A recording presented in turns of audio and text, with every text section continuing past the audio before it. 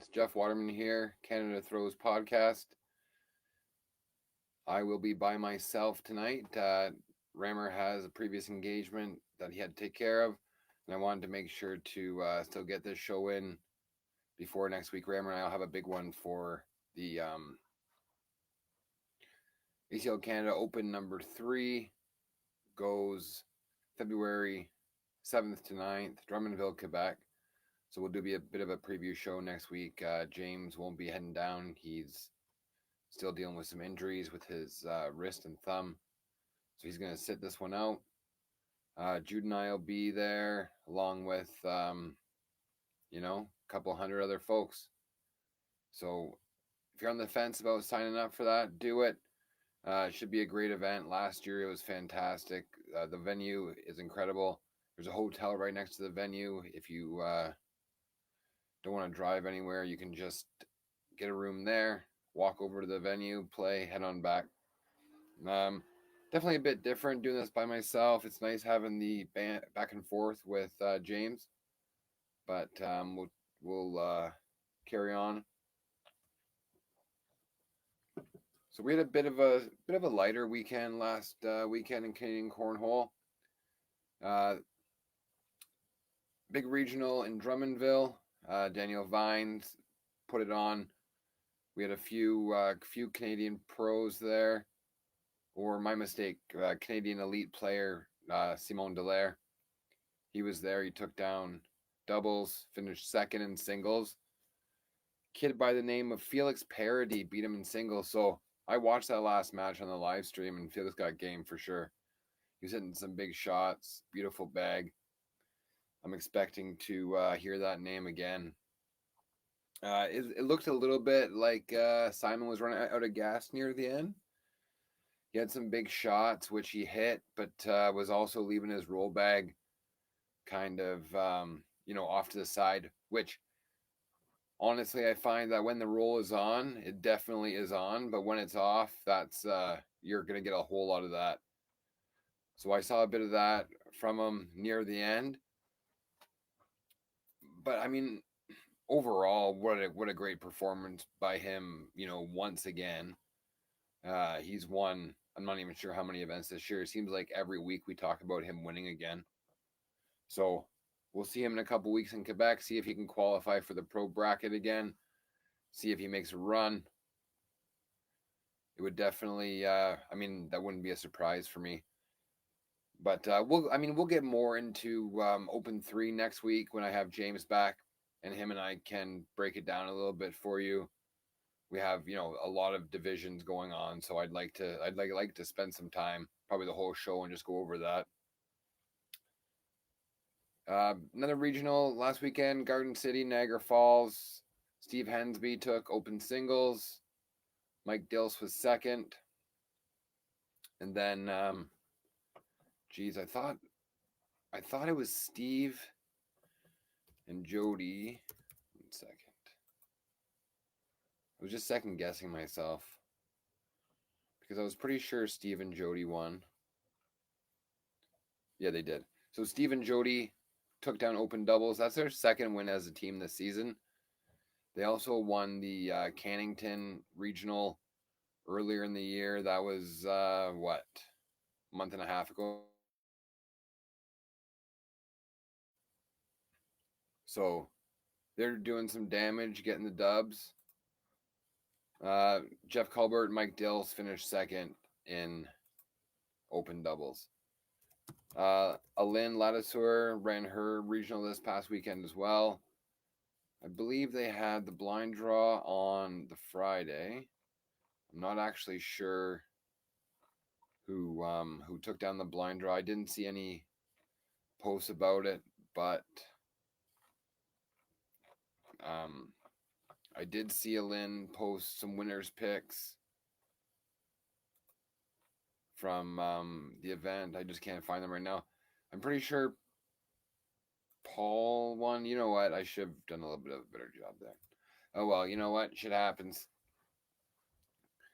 Anyhow, she had another successful event out there. I know she ran 2 doubles divisions and 2 singles divisions. So we had some more cornhole across the province and across the country. Alberta has already booked up their second regional for the year, February 21st weekend, I believe.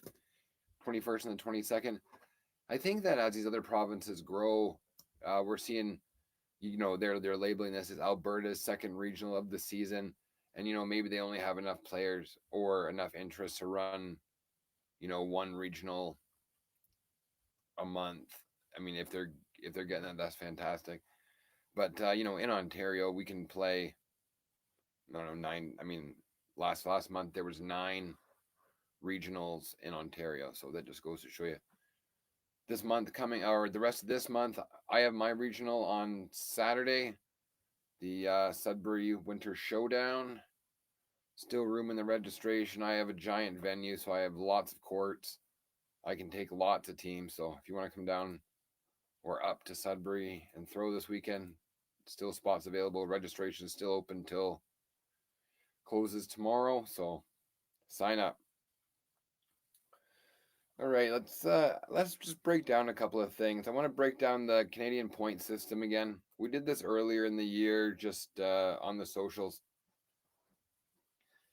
and it changed. It changed this year. There was a few big changes across the ACL this year. We had, in the States, the elimination of the Opens as their own points. They count as regionals. We left the U.S. point system and created our own point system, and our Opens still count here. And doing such, there's been a lot of questions, and I mean, a lot of the answers are found in the player's guide, but I get that sometimes it might be difficult to, navigate everything in there by yourself. So I'm here to give you a hand. So we'll break down the point system real quick. In Canada, it's your top 12 locals, so 600 point maximum. That's that's your league nights, your rounders at bigger tournaments, stuff like that. So once you get 12 wins, you've maxed that out. Next up is your regionals. So you have your 6 best singles, your 6 best doubles per month. So you can't have 5 wins in a month and then only need 1 more. It just counts your best one per month. So this season's 10 months long. So you got 10 cracks at 6 good scores in singles and doubles. That's 100. If you're playing open, that's 100 points per event. So you have your 1,200 max there. Then you have your provincial events. So your provincial events as well, it's your top singles and your top doubles. So at the provincial events, we run a blind draw on the Friday nights. You can get doubles points there, doubles Saturday, singles Sunday. So if you went to both provincial events, you'd have 4 cracks at a good double score and 2 at a good single score. So in the open division, those are out of 300,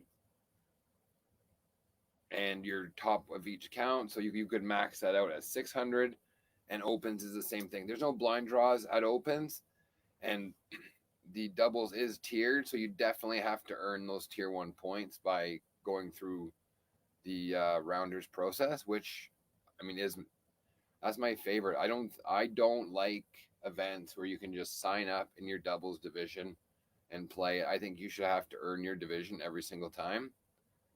And so that's the way it is. You get in there, you play your 6 games of rounders. We get divided into 3 divisions, and that's where you go. So it's your best doubles, your best singles for an open, another 600 points. So the grand total, if you maxed out all of your points through for the year, be 3,000.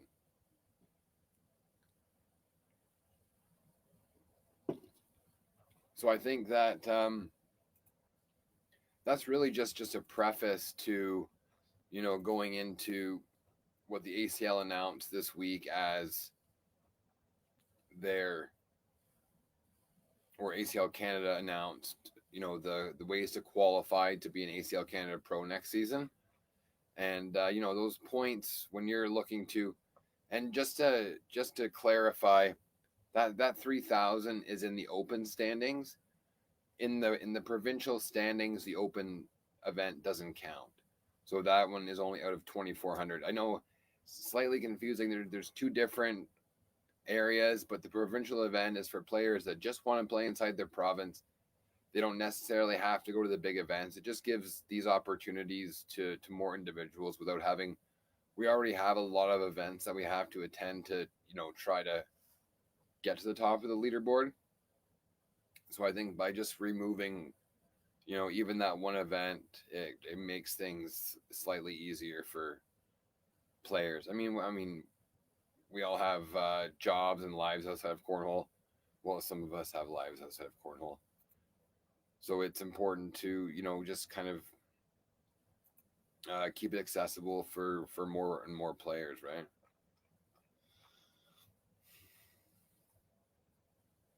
All right, so our Canadian point system, that's how she works. Provincial, open. ACL Canada this week again, they announced that the ways to qualify to be a pro. So we'll just break that down real quick. I mean, a lot of it is the same as last year, but we might have a lot of new players, new people listening in. So we'll just kind of go through it real quick. If anyone ever has any questions, I mean, they can ask me here or personally or whatever, and I can try to answer. If I know, I will never say I believe the answer is this. If I don't know what the answer is, I will find out for you. I won't guess. So, how to qualify as a pro? Top 16 ranked ACL Canada pros at the end of the year. The top 4 ranked ACL Canada Pro women at the end of the year. Now, if there is a woman in the top 16, it'll just be the next 3. So that's important to kind of recognize when we're going through this, that there is a lot of crossover in those areas, so that there's, just so you kind of understand. Then next is the top 4 women in the ACL Canada Pro standings. The top 2 elite ranked non-pro players via ACL Canada Pro standings. So the way that works is, before every event, we have a Platinum Pro qualifier, and you have to be a Platinum member. Then you can compete in this event. We take 5 or 7 players. They get added to the pro field.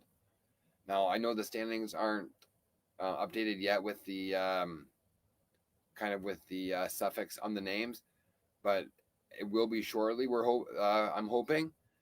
But the ones that are already ACL Canada Pros will say Canada Pro, and then anyone that qualified through that pro qualifier will say Elite, just like last year.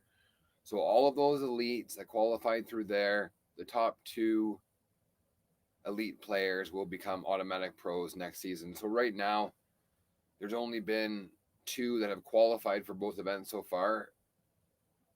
Simon Delaire and Greg Phillips, both from Quebec. So right now they would have those spots. I mean, there's still lots of season to go, but just to give you an idea.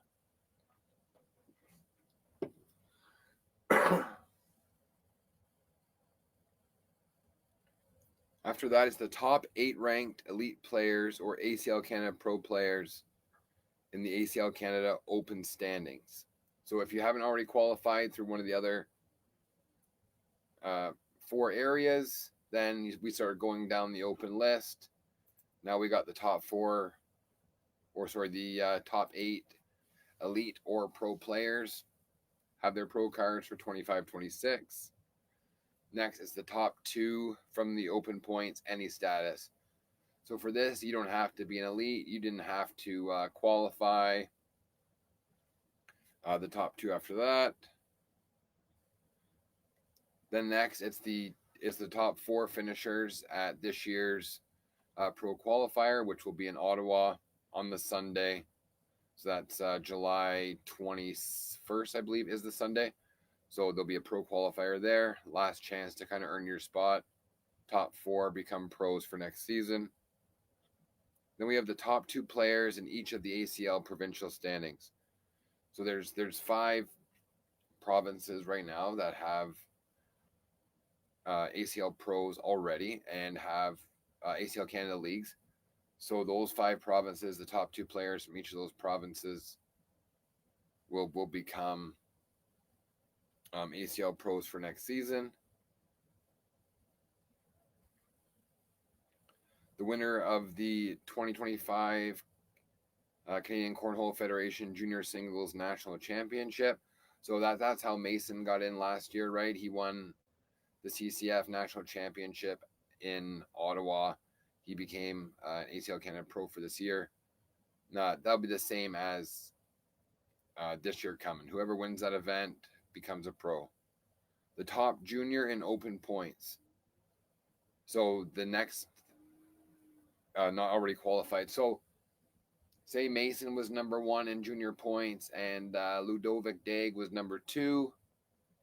Mason wins juniors. Ludovic would also get his card. He's number 2 in the points. So we're going to have 2 junior pros next year. That's kind of fun. We're keeping the youth movement going in Canada. You know, we've talked a lot about that. We talked about it last week. And I like seeing us giving these kids those chances as well. After that, the ACL Canada National Staff holds the right to accept players via sponsor exemptions, and then the remaining spots will be filled top down from the ACL standings. Important to note, there'll be a minimum of 48 spots open. It seems every year that, you know, there's some folks that definitely qualify and don't take their spot, which is fair enough. I mean, it's a lot of travel. There's a huge expense. And, you know, maybe after you've done it for 2 years, you need to take a break. Maybe you need to focus on other things in your life for whatever reason. So then they start going through and offering the spots down the list. So, I mean, it's a pretty rough breakdown, but you guys will, or folks that have the drive or have the desire to become an ACL Canada Pro, you can see the path clearly of what it takes to get there. And I think it gives you some opportunities, what events you want to go to, you want to try to upgrade some stuff, whatever it is. And you could be on your path to become an ACL Canada Pro. I mean, I've witnessed every pro event this season, most of the ones from last year, and the games are incredible. The atmosphere is fantastic. You know, these players are great and they're just getting better. And I would love to see more representation from other provinces. I'd love to see some guys from Saskatchewan come to Ottawa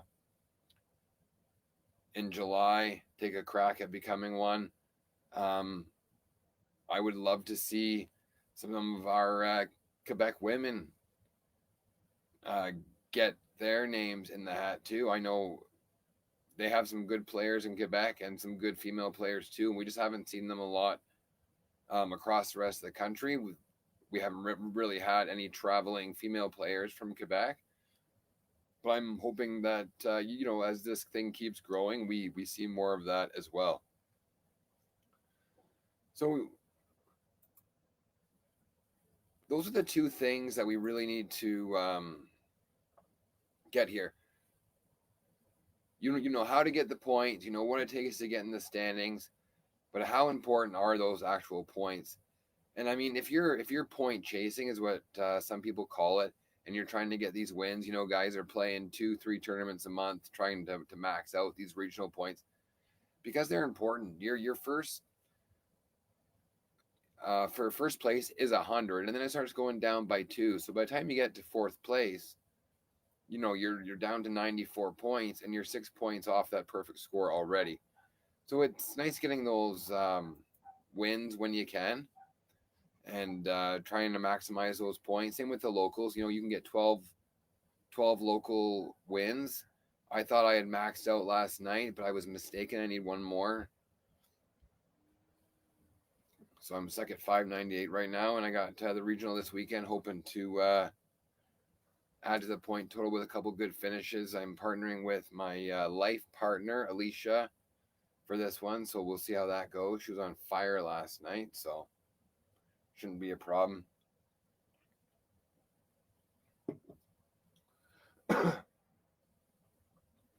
And I think that the another some of the fun things that I've seen from the pro division is just how these players have evolved once they've become pros. Also, it seemed like it just fueled the fire, and even the players that want to be a pro, it's fueled that fire as well. We see more people taking it to that next level with practice. Renting spots to do practices. Um, Practicing indoors. I see Simon Delaire. He only has room for one board in his house. I see you can see the training videos. He's kind of up on a knee wall, throwing his bags. I know Brandon used to rent a gym close to his house so he could go practice a couple hours a day. The guys in Sault Ste. Marie rent a school gym on Thursdays to go throw bags. So the more we take it seriously, the more serious it'll get, I guess. But these players just keep getting better. We're all trying to get better. I love what I see out there.